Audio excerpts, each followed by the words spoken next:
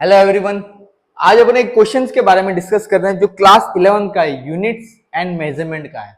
Units, dimension, measurement, जिसमें अपन पढ़ते हैं कि कोई भी आपको एक क्वेश्चन दे रखा है कि एक planet moves around a sun in a nearby circular orbit, its time period T depends on radius, mass and ji.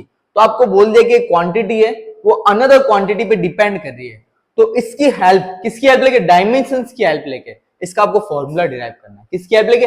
Dimensions की हेल्प लेके फॉर्मूला डिराइव करना है। तो कह रहा है कि टाइम पीरियड क्या? टाइम पीरियड टी किन किन चीजों पे डिपेंड कर रहा है? उसकी रेडियस, और टाइम पीरियड किस पे डिपेंड कर रहा है? उसके मास। और टाइम पीरियड किस पे डिपेंड कर रहा है? उसके कैपिटल जी, ग्रेविटेशनल कांस्टेंट। क्या? Capital G, gravitational constant. मान लेते हैं रेडियस की पावर ए पे डिपेंड कर रहा है, मास की पावर बी और ग्रेविटेशन कांस्टेंट की पावर सी। ठीक है, तो इक्वेशन फर्स्ट, सेकंड और थर्ड, तो ओवरऑल तीनों इक्वेशन को अगर मैं मिलाता हूं तो बन जाएगा आर की पावर ए, एम की पावर बी और जी की पावर सी। प्रोपोर्शनल टू का साइन हटा के कोई भी कांस्टेंट लगा देते, के, आर की पावर ए, एम की पावर बी और जी की पावर सी। इसको दे दो इक्वेशन नंबर फर्स्ट। यहां तक तो सबसे पहले अपन ने क्या किया? एक दूसरे की डिपेंडेंसी निकाली कि इस पे डिपेंड कर रहा है, इस पे डिपेंड कर रहा है, ये इस पे डिपेंड कर रहा है। अब देखो इसकी डायमेंशंस लिखते हैं। टी क्या होता है? Time period. टाइम पीरियड की डायमेंशन होती है m0, L0, T1। इसकी डायमेंशन होती है m0, L0, T1। आगे कांस्टेंट की डायमेंशन होती नहीं है। R radius, radius it is a type of length, तो L1 क्या हो जाएगी? L1। पावर क्या है? A। नेक्स्ट देखो मास, मास की क्या होगी? M1। Power B।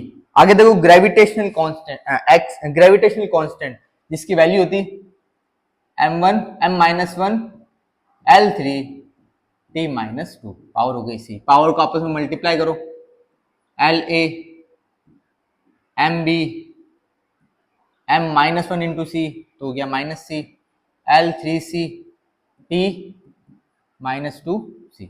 ठीक है, और यहां पर आ रहा है M0, L0, T1। अब देखो सबसे पहले M देखो, एक M ये रहा, एक M ये रहा, तो बेस से M है तो पावर सेट हो जाएगी। M हो गया B माइनस सी, L देखो एक ये रहा, एक ये रहा, तो L A plus 3C। T देखो एक ही दिख रहा है, T की वैल्यू होगी -2C। यहाँ पर आ रहा है M0, L0, T1। कंपेयर कर देते दोनों साइड। क्या करते हैं? कंपेयर। जैसे कंपेयर करेंगे, यहाँ पर है M0, यहाँ पर है M की पावर B माइनस सी। यहाँ पे देखो L0, यहाँ पर है L की power A plus C, L की पावर A प्लस 3C।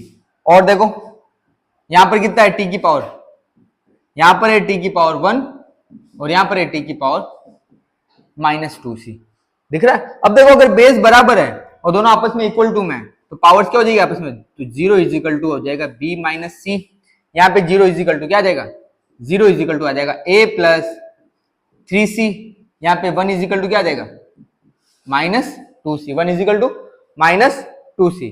तो देखो यहां से अगर मैं C की वैल्यू निकालू तो C इज इक्वल टू क्या आएगा? -2 इधर आएगा तो 1/2। C की वैल्यू आ गई -1/2।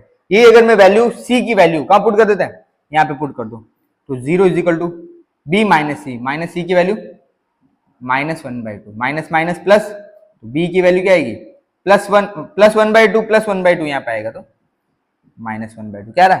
माइनस, देखो माइनस माइनस प्लस, ये इधर आया तो वापस -1/2। अब देखो A की वैल्यू निकालते हैं, तो 0 इज इक्वल टू A की वैल्यू पता नहीं, 3C, C की वैल्यू 1/2 तो हो जाएगा -3/2। क्या हो रहा है? ये इधर लाऊंगा तो A इज इक्वल टू हो जाएगा 3/2। तो A की वैल्यू 3/2, B की वैल्यू -1/2, C की वैल्यू -1/2। ये वैल्यू कहां पुट करनी है आपको? फर्स्ट इक्वेशन में। तो R की पावर है, M की पावर B और G की पावर C। तो देखो फॉर्मूला था अपना T is equal to constant R की पावर A, M की पावर B और G की पावर C। ठीक है, सारी वैल्यू पुट कर देते हैं। T is equal to R की पावर A की वैल्यू क्या निकाली अपने? देखो A की वैल्यू आ रही 3/2, तो -1/2, -1/2। A की वैल्यू 3/2, B की वैल्यू आ रही है -1/2 और G की वैल्यू भी आ रही है -1/2। तो इन सबको नीचे लेके आ दो, तो R की पावर 3/2 अपॉन में आ जाएगा M की पावर +1/2, G की पावर 1/2। तो देखो इसको आगे और अगर मैं सॉल्व करूं, R की पावर 3/2 को लिख सकता हूं मैं 1/2 R क्यूब की पावर 1/2। ये हो जाएगा M की पावर 1/2 जी की पावर 1/2। तो अगर मैं इसको आगे सॉल्व करूं तो ये बन जाएगा, देखो अगर सब पे इस रूट इस हाफ पावर है तो ये सब रूट में आ जाएगा, तो r³ जी, ये आ गया टाइम पीरियड का formula with the help of dimension. ऐसे एक और क्वेश्चन मैं आपको दे रहा हूं, आप घर पे ट्राई करना उसको अगर हो सके तो।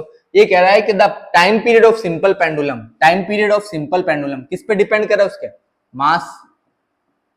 एक कह रहा है time period of simple pendulum उसकी लेंथ, और time period of simple pendulum उसकी acceleration due to gravity small G पे डिपेंड कर रहा है। ये क्वेश्चन आपको घर पे करना है। अगर कुछ इश्यू आए, कुछ प्रॉब्लम आए, तो आप मेरे को मैसेज करके यहाँ कमेंट में बता देना।